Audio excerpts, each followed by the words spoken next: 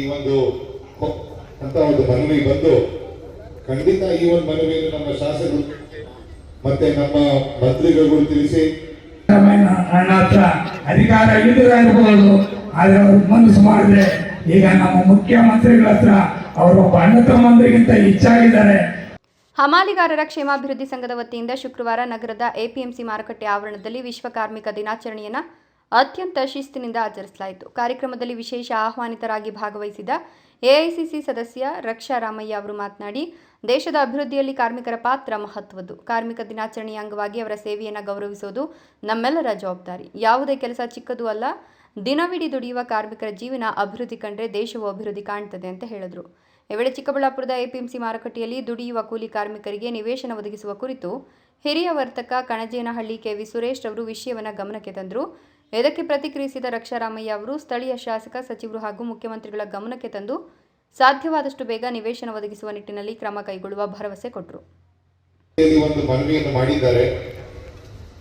ನಮ್ಮ ಕೂಲಿ ಕಾರ್ಮಿಕರಿಗೆ ಒಂದು ವಸತಿಯ ಜಾಗ ಈ ಒಂದು ಅಂತ ಒಂದು ಮನವಿ ಬಂದು ಖಂಡಿತ ಈ ಒಂದು ಮನವಿಯನ್ನು ನಮ್ಮ ಶಾಸಕರು ಮತ್ತೆ ನಮ್ಮ ಮಂತ್ರಿಗಳು ತಿಳಿಸಿ ನಮ್ಮ ಮುಖ್ಯಮಂತ್ರಿಗಳ ಹತ್ರ ಈ ಒಂದು ಅವಕಾಶ ಪ್ರತಿಯೊಬ್ಬರು ಮಾಡಿಕೊಡ್ಬೇಕು ಅಂತ ನಮ್ದು ಒಂದು ಇಚ್ಛೆ ಇದ್ದು ಇದು ಖಂಡಿತ ನೆರವೇರಿಸ್ತೀವಿ ಅಂತ ಒಂದು ವಿಷಯ ನಮಗೆ. ಕಾರ್ಯಕ್ರಮದಲ್ಲಿ ಮಾತನಾಡಿದ ಹಿರಿಯ ವರ್ತಕ ಕಣಜೇನಹಳ್ಳಿ ಕೆವಿ ಸುರೇಶ್, ನಮ್ಮ ಜೀವನ ಸುಖಕರವಾಗಿರಲು ಸಾವಿರಾರು ಕಾರ್ಮಿಕರ ಶ್ರಮ ಕಾರಣವಾಗಿದೆ. ಅವರ ಶ್ರಮಕ್ಕೆ ತಕ್ಕ ಗೌರವ ಸಲ್ಲಿಸಬೇಕಾಗಿದೆ. ಜೊತೆಗೆ ಕಾರ್ಮಿಕರಿಗೆ ಉತ್ತಮ ಆರೋಗ್ಯ ಸೌಲಭ್ಯ, ಉತ್ತಮ ವಾತಾವರಣ ಮತ್ತು ಇತರ ಮೂಲಭೂತ ಸೌಲಭ್ಯಗಳನ್ನು ದೊರಕಿಸಿಕೊಡಬೇಕು.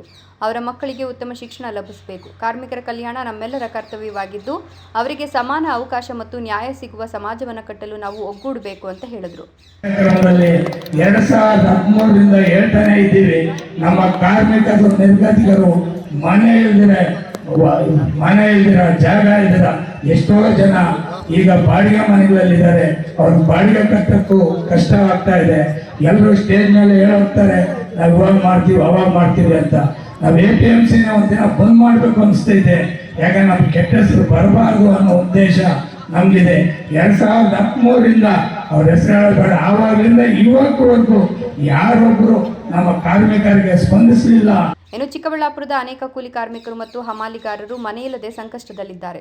ಅವರಿಗೆ ನಿವೇಶನ ಒದಗಿಸಲು 2013ರಿಂದ ಸತತ ಪ್ರಯತ್ನ ಮಾಡುತ್ತಿದ್ದೇನೆ.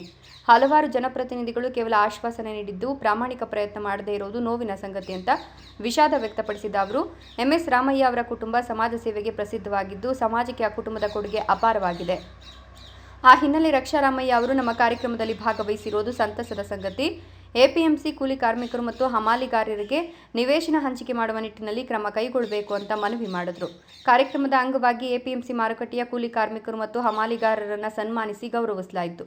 ಜೊತೆಗೆ ಹಮಾಲಿಗಾರರ ಕ್ಷೇಮಾಭಿವೃದ್ಧಿ ಸಂಘದ ವತಿಯಿಂದ ರಕ್ಷಾರಾಮಯ್ಯ ಹಾಗೂ ಕೆವಿ ಸುರೇಶ್ ಅವರಿಗೆ ಸಹ ಸನ್ಮಾನಿಸಿ ಗೌರವಿಸಲಾಯಿತು. ಈ ವೇಳೆ ಹಮಾಲಿಗಾರರ ಕ್ಷೇಮಾಭಿವೃದ್ಧಿ ಸಂಘದ ಅಧ್ಯಕ್ಷರು, ಪದಾಧಿಕಾರಿಗಳು ಉಪಸ್ಥಿತರಿದ್ದರು.